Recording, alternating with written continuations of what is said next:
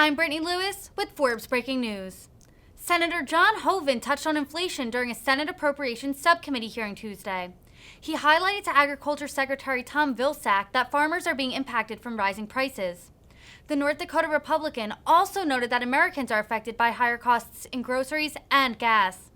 This comes as prices at the pump hit a new all-time high on Tuesday. Here's more from Senator Hoeven's opening statement. Senator Hoeven.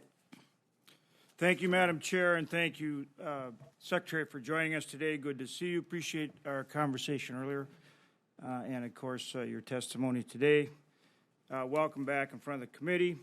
Heard you say before that the Department of Ag touches the lives of all Americans every day and in every way, and that's certainly true. Probably more true now than ever. Really, current events highlight the importance of our food supply and the importance of what our farmers and ranchers do for our country every single day. Food security is national security, and our farmers provide the lowest cost, highest quality food supply in the world. Right now, of course, we're struggling with inflation. We see it obviously for our farmers and ranchers. We see it for consumers across the board. We see it in the prices that people pay at the grocery store. We see it at the pump. Today, gasoline hit a record price average across the country of about $4.40 a gallon, right in that range.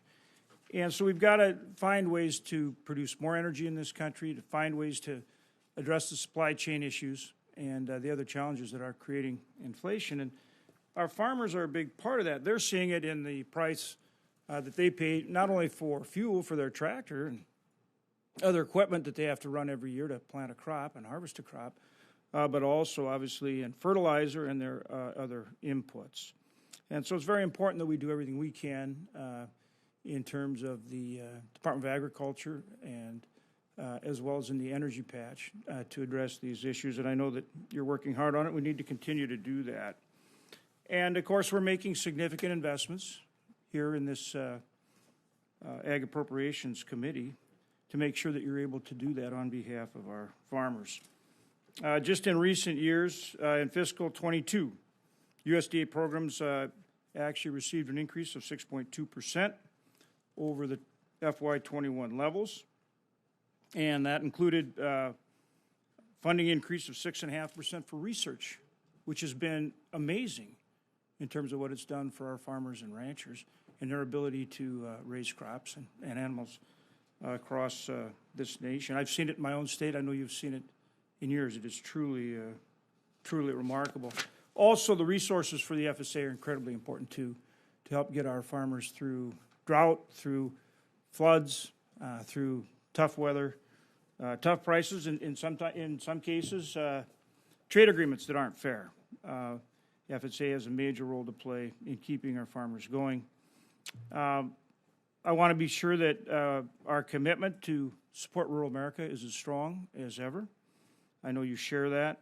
I know you've got some ideas on how to do that. We do too. We'll talk about those this morning.